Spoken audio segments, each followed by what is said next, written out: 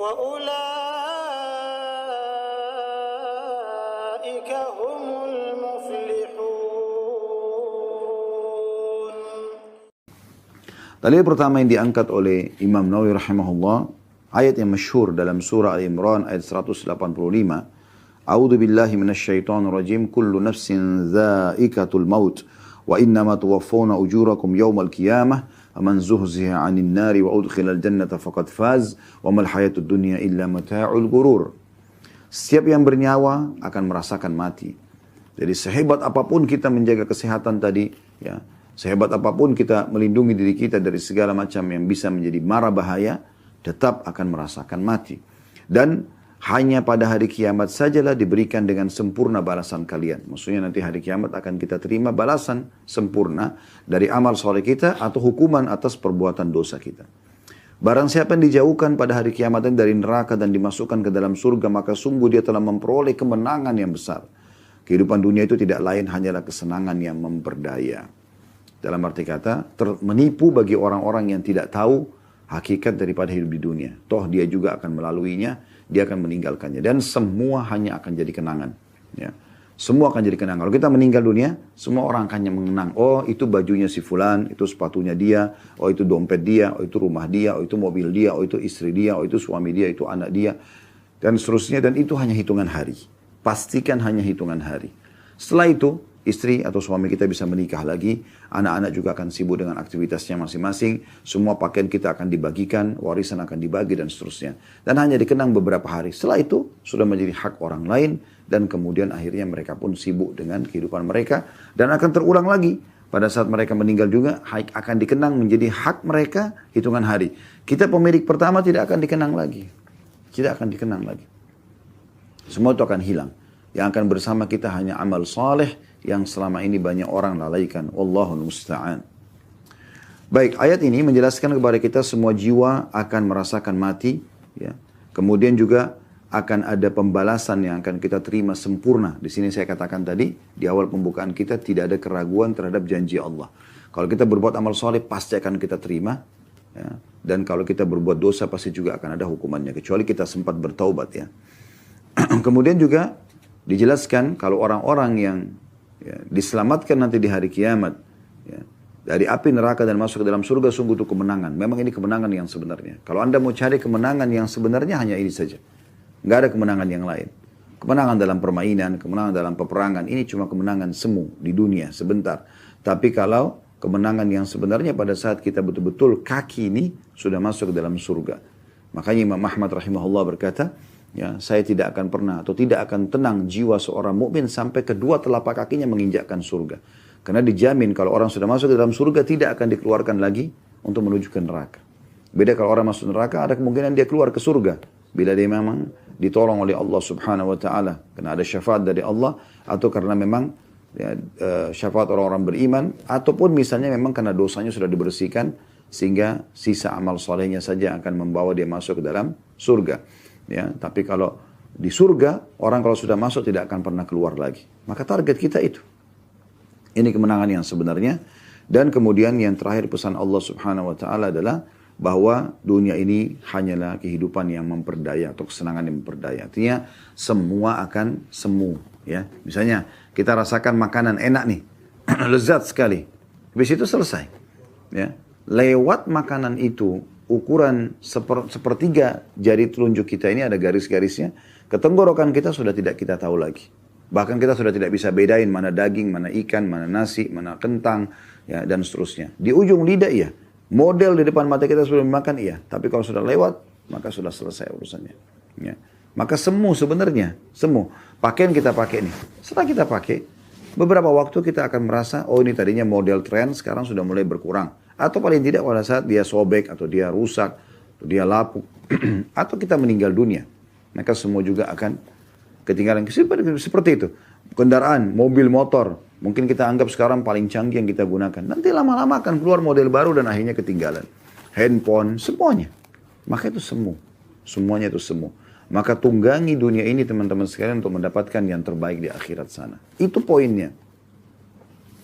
Kemudian dalil yang kedua diangkat oleh beliau surah Luqman ayat 34 yang berbunyi a'udzubillahi minasyaitonirrajim Wa ma tadri nafsum madza taksibu ghada wa ma tadri nafsum bi ayyi ardin tamut.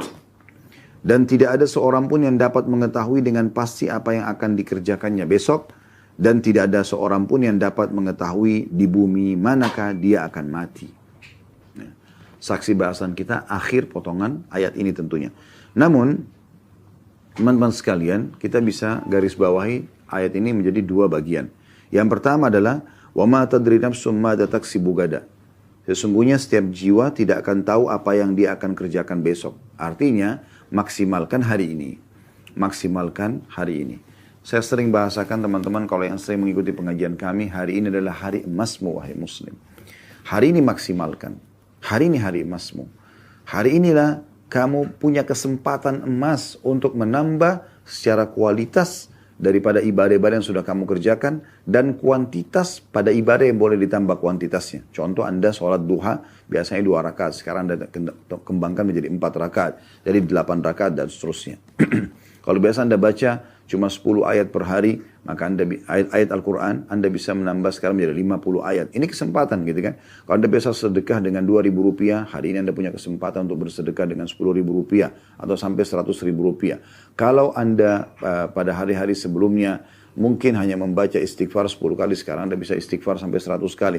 Ini kesempatan memperbanyak secara kuantitas dan meningkatkan secara kualitas semua ibadah kita di saat hari ini. Karena hari ini adalah hari emas kita. Hari inilah kita masih hidup. Dan inilah umur kita yang sebenarnya.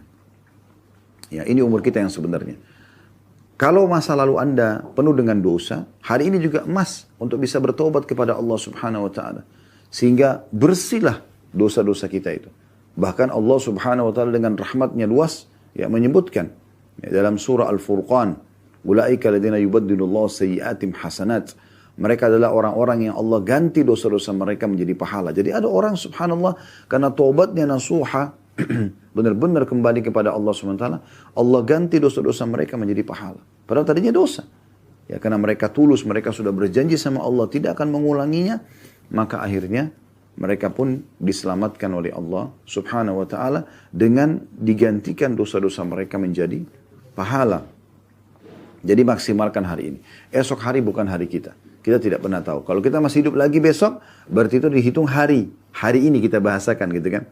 Kalau kita masih hidup besok, kita akan mengatakan, oh ini hari ini. Ini hari itulah milik kita. Selama Allah masih kasih umur, maka maksimalkan. Ya. Perbanyak amal soleh, tingkatkan kualitas dan kuantitas sebagaimana kami jelaskan tadi, atau Anda bertobat dari dosa-dosa masa lalu Anda. Ya. Makanya pernah ada seseorang yang datang kepada Sa'id bin Musayyib rahimahullah, lalu umurnya sudah 60 tahun. Kata Sa'id, berapa umur kau? Dia bilang 60 tahun. Ya. Kata Sa'id rahimahullah, sesungguhnya kau telah 60 tahun menuju ke Tuhanmu. Maka orang itu mengatakan, inna lillahi wa inna ilaihi raji'un.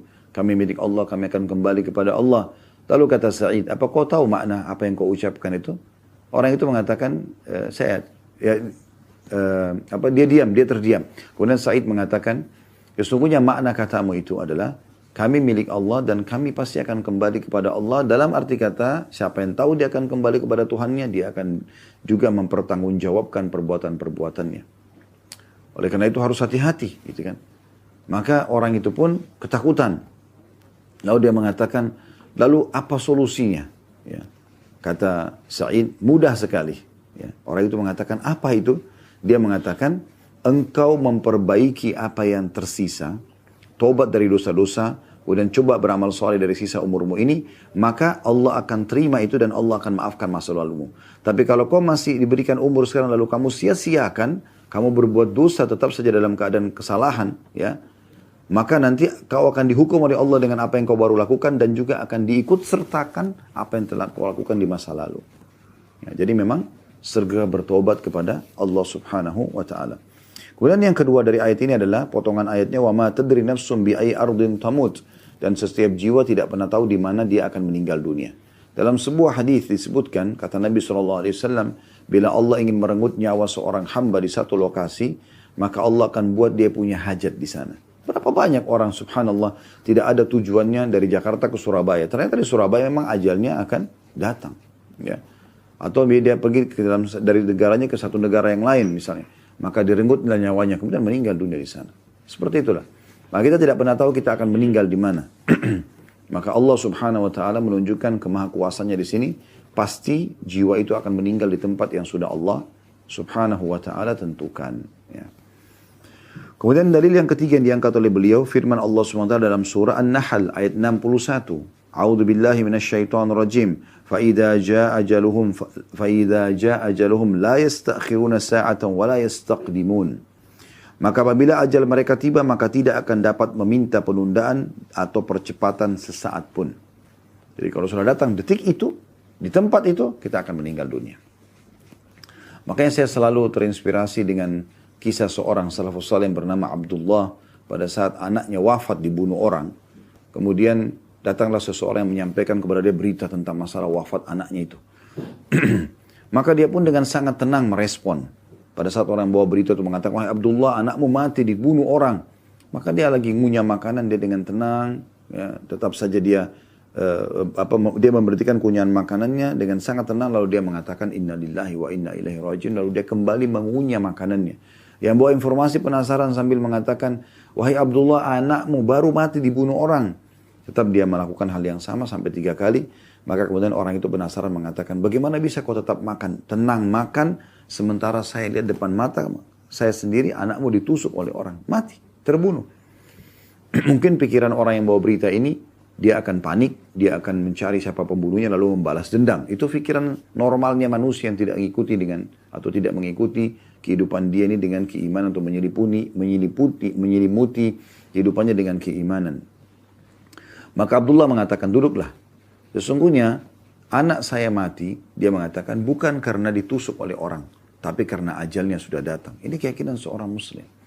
Ya. Jadi kalaupun tidak ditusuk di saat itu, dia akan mati juga di saat itu, di tempat itu. Kalaupun dia ya naik pesawat dan meledak pesawatnya misalnya. Kalaupun tidak meledak, di detik itu dia juga akan mati. Ajalnya akan datang. Kalaupun tidak tenggelam di lautan, di detik itu dia akan meninggal juga. Seperti itulah kurang lebih gambarannya. Jadi seseorang muslim harus yakin gitu, bahwasanya ajal kalau datang pasti akan tepat waktu, ya, tepat sasaran dan tidak akan pernah terlambat sesaat pun. Beberapa hari lalu subhanallah, salah satu saudara kandung saya sempat mengirim di grup keluarga sebuah cuplikan, ya, dan saya sendiri sempat membuka di Facebook, entah siapa yang buat, tapi di situ tentang orang yang meninggal tiba-tiba gitu, untuk membuat kesadaran. Cuma cuplikan biasa saja sebenarnya, tapi ada orang yang di lokasi tempat fitness tiba-tiba jatuh dengan badannya yang kekar. Ada orang yang di acara perkawinan, lagi acara perkawinan tiba-tiba jatuh dan meninggal dunia di tempat. Ya, ada orang yang lagi jalan ngobrol tiba-tiba meninggal dunia, dan sekian banyak itu. Ya, ada anak kecil yang lagi bermain kemudian tiba-tiba saja tanpa sebab tiba-tiba jatuh kemudian meninggal dunia. Begitulah kalau ajal datang. Oleh karena itu harus hati-hati sekali. Setiap langkah kita melangkah, setiap tatapan mata kita pun, setiap jaman tangan kita, di setiap detik itu bisa malaikat maut datang dan mencabut nyawa kita. Oleh karena itu